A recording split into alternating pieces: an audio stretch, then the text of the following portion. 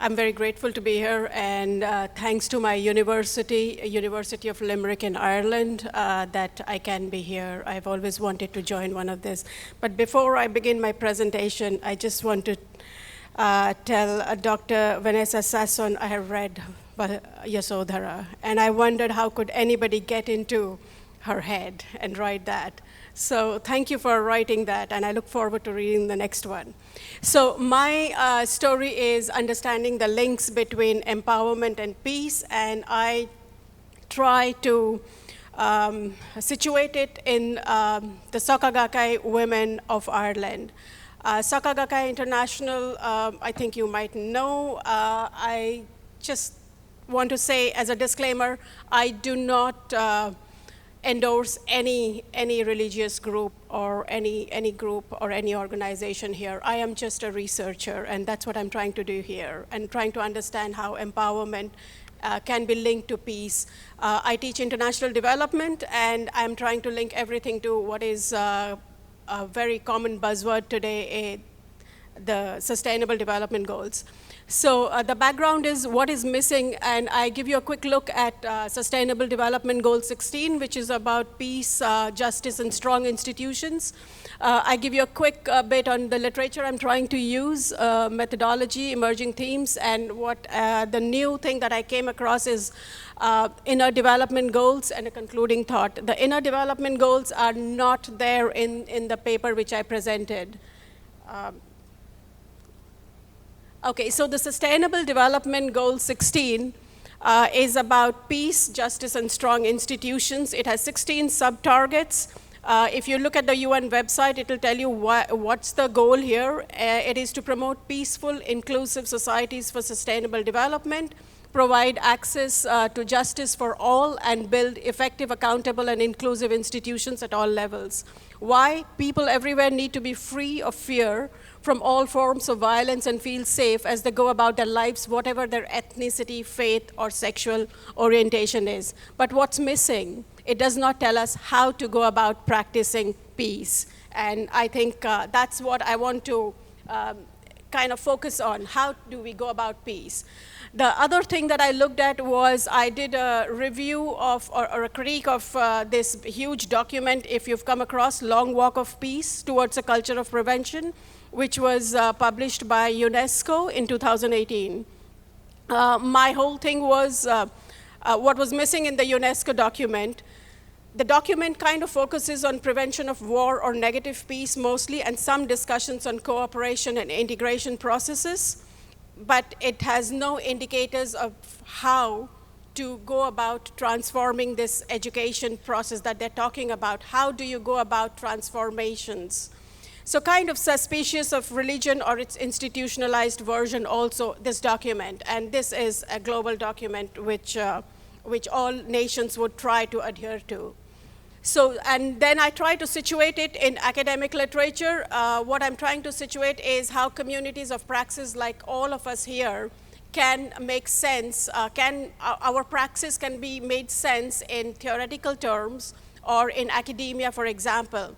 Because I see a clear, a schism between what people actually practice and what we teach in academia. So the missing element in SDGs was a big deal, I think, and scholars such as Professor Martha Nussbaum have spoken about it, about the role of religion in achieving global justice. She says, I've tried to condense it, the intrinsic value of religion in itself and its intimate relationship with human capabilities of artistic, ethical, and intellectual expressions makes it important for us to link it to whatever we do. Honoring respect of people's freedom to be able to pursue the path of such spiritual inquiry and self-determination if they so wish to do so. So the role of religion or any spiritual pursuit is important. So-called secular humanists should not conflate all religious belief and practice with reactionary, extremist, and patriarchal values. In doing so, the discourse makes a pragmatic error because it not only alienates ordinary folks' beliefs, it ignores the fact that all religions contain argument, diversity of beliefs and practices, and a plurality of voices. And that's where I come from. If the Sustainable Development Goals kind of ignore the basic nature of human beings about their beliefs or something that you believe in, then I think they do not stand on strong grounds. So the idea of lived religion, so there are scholars who have spoken about, who are probably more vocal today about the idea of lived religion. So all of us here do live a religion on a daily basis to some extent. So this is something that Berger, Buteler, and Knibb have drawn attention to. They draw attention to the multidisciplinary context of religious praxis as opposed to a one-size-fits-all approach. Like we see there are so many different denominations of Buddhism here. This idea of a lived religion focuses on how religion is understood, engaged with, and practiced by individuals and communities within specific context, and how this shapes and is shaped by different policies, events within world politics. And I think we all understand that bit. So what I'm trying to do is, I don't want to bore you with theory, but if you don't link things to theory, they don't work. So situating myself, so everything I do, teach, and I kind of link where I come from, so it's intersectional. I try and place myself in my research. So situating myself, my lived religion, where do I fit in all this? Born into a Hindu priestly family, I am in awe of Tibetan Buddhist tradition, chanted with the Dalai Lama, read everything about it, spent a night in one of the monasteries there, and have lived in a monastery outside Bangkok for 2 nights. I tried to recognize some of the nuns here, but I couldn't. I always try to run away. So I was not ready to be a bhikkhuni then. I was told, and rightly so, I was a mother first and last, and that is something I know now.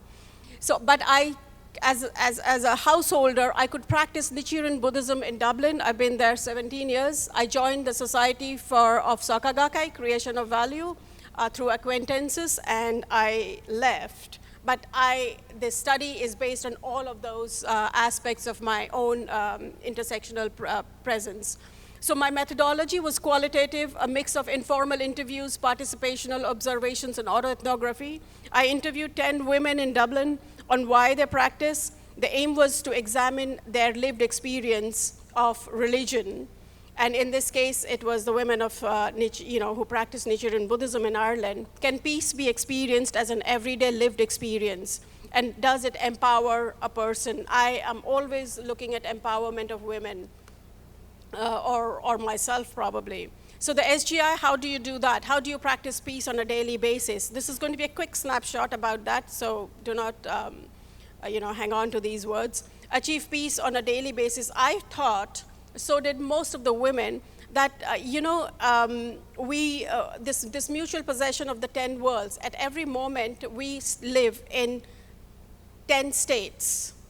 And we need to negotiate our responses to people around us or our own thoughts through these 10 states. So I don't have to tell you, because we, like I said, we are in the 4th day of this fantastic conference, and most of us already are on the path of Dharma. We have our ways to negotiate with Dharma. Meditation is one powerful one. But in Ireland, it's not heavy, which is not heavy into meditation, the way the Eastern cultures are, the SGI worked, and it works. It made it simpler. It says, understand the 10 worlds where we live in, and in all times, the opposites, which was referred to in the Dhamma lecture, is a key step. I think we've been all talking about this in the last 3 days. Chanting Nam Myoho Renge Kyo is the action towards achieving transformations within oneself, and this is something that the Soka Gakkai women push through, and they really practice this. To live between different states, so hell, hunger, animality, anger, humanity, which have an opposite as heaven, learning, realization, bodhisattva, Buddhahood. I picked this up from the website. Then I also link Gandhi. I know he's controversial. He can be controversial in modern times, but for me, he works in this case for this paper, because he's also the most quoted luminary on peace worldwide. The UNESCO document, which I refer to, also quotes him. I do understand that he's problematic, but his vision of peace resonates with Buddhism also. For Gandhi, justice must be founded on equality and dharma, prioritizing duties rather than rights, freedom on self-control and self-reliance more than freedom from others. Harmony on self-respect and self-realization, and not on power and dominance over others. And that kind of is something that we all try to work on, and the women the women I interviewed also work on. So what was emerging from my study? There were a few themes which I think you probably all identify with. So in the backdrop of the SDGs, peace proposals, Martha Nussbaum's theories, Gandhi, and my own intersectionality, the following emerges from the study. Chanting together. So chanting together, this is a quote from one of the women, is in one place on a weekly basis is a training ground for all of us. One can chant in one's home on a daily basis, but it is only when our voices echo together in unison magic happens.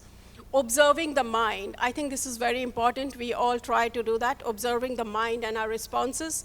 So that helps, that would be easier if all of us, each of us understood that we are all the time transversing or negotiating our thoughts between these 10 worlds. And the concept of the human revolution, and it's funny how the term human revolution is so commonly used in this group of women. Remember, they're all householders, they're wives, mothers, sisters. And they talk about, it is very important that we learn the trick, how to transform our attitudes towards problems. And I have a few quotes in the booklet if you have a look, if you had a look. So building empathy and compassion, we've all been talking about that in the last few days, and especially for the one who has caused suffering. And that was one of my questions at the lecture of the Dhamma lecture the other evening. It is one of the most difficult tasks to actually pray every day for the one who's causing us so much pain. It is very difficult, but it is doable, and I have seen that happen. So supporting each other, so especially since some of my women were migrant women in a new country, and this becomes a community. So if you have a problem, if you can go to these women and you can have a chat with them, and that gives a lot of emotional support in a foreign country. Faith, study, and praxis, which is something all of us here probably know, that you need to have faith, you need to study, you need to practice. It was also an opportunity to be able to observe ourselves, to be able to see how we fit in, to observe an opportunity to understand ourselves and our community. So this group of women, these are some of the themes which are coming out from my interviews with them. And the idea of agency. Now, I am very interested in the idea of agency and empowerment, how agency and empowerment differ, how agency is one step towards empowering yourself, but it is just a step. And it means you have the ability to self-determine your course of action or what you do. And how do you, sometimes many of us lack that confidence, and to stand up for ourselves, forget about standing up for society. So one of the women said, when I chant for something I want to change in my life, my hopes rise, my energy levels rise, and I feel I can conquer that challenge. And remember, this is part autoethnographic also, so I have learned a lot in those 7 years that I was practicing on a daily basis. So, and that leads to empowerment. In a study group meeting, for example, when I hear others' problems and challenges and how they overcame those, I find myself empowered and I start afresh. Collective chanting is a tool of empowerment for us. And they really believe in that. A problem-based learning, so using my lens of a lecturer teaching international development or development studies and talking about poverty or health crisis or migration or gender studies, I always try and use a problem-based learning so that some students can learn hands-on about something. And that is something that these women are practicing without realizing that this is what they're doing, problem-based learning. Instead of focusing on getting pulled into a variety of into a vortex of negative emotions towards the abuser, chanting has the potential to help us pull our inner resources together and focus on our own selves. Yeah, thanks. I'll be done. So what am I advocating? Simply put, global peace is not possible without inner peace. Lay people who follow the path of peace on a daily basis have a say and should have a say in sustainable development goals, for example. The importance of having an educated religion to enable emotional and empathic skills amongst our leaders as well as ordinary people, which are key elements for peace building. I contend that we are not only missing the tools for a spiritual pathway, but our peace-building processes lack leaders who are spiritually awakened to values of compassion, empathy, humanism, wisdom, inner transformation, and also lack the courage to have dialogues with people from all walks of life. The personal is political. Our leaders must understand, as Gandhi did, his concept of peace begins primarily a rule over oneself, Swaraj or self-rule, as the foundation for living with others in a just, free, harmonious environment premised on forgiveness and reconciliation. I don't have a message, he said. My life is my message. For Gandhi, the personal was political, and the political was inclusive of other dimensions of personal and social life, religious or rather an ethical struggle, precisely because it was always a work in progress for a new liberated society. And I think that's what we are all doing. It's a work in progress. And the lack of political will and commitment of our leaders makes it imperative that we as ordinary citizens rise to this occasion. Because if our political leaders are not at peace with their own selves at a humane level, how are they going to advocate peace outside of themselves? At another level, if leaders are not equipped to compassion, with compassion, empathy, and an understanding how their inner worlds function, how will this spread peace? And there's an anecdote which I've given, maybe you can have a look, like, an angry driver, and how an angry driver reacts to other vehicles on the road. So, and it's a good analogy if you can have a look at that. So, if conflicts are seen as outside of a human being's own persona, strategies recommended to contain conflict also aim to tackle problems which are not in control of individuals or communities. And then you feel powerless. And then you alienate yourself. And that is not a state we want to be in. That is something we are trying to struggle with. So I advocate this approach to global peace, or SDGs, which I think should mention different spiritual journeys of people. There is something that is coming up in more recent times, which is a collection of spiritual leaders, psychologists, and political leaders who are progressive, and they call it the Inner Development Goals. It focuses on being, thinking, relating, collaborating, acting. They have a huge conference in October in 2023, and it would be good to have a look at that. And thank you with that.